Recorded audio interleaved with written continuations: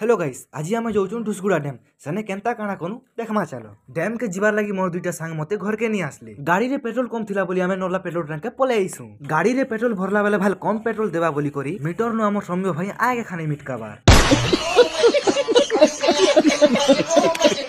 इनो नजारा किछि एंदा से कि इटा के जेन देखले से कहबा वाओ ब्यूटीफुल।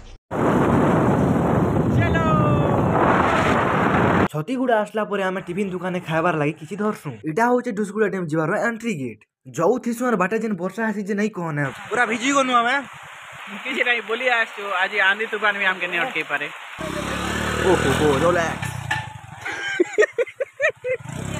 वर्षा तो नहीं छाड़ी हेले आमे भाबनु जे वर्षा रे तो टिके भिजुनु ने आ टिके भिजले काना हे बाजी सेंता बोली करे आमे पले आइनो ढुसगुड़ा डैम। आमे खाइबार लागि आइनथि जो सिंगडा आरो किछि कुरकुरी खाई करे बुला बुली कोला परे पूरा रात ही जैसी चलनो आमे पिले आज लगी एते देखा।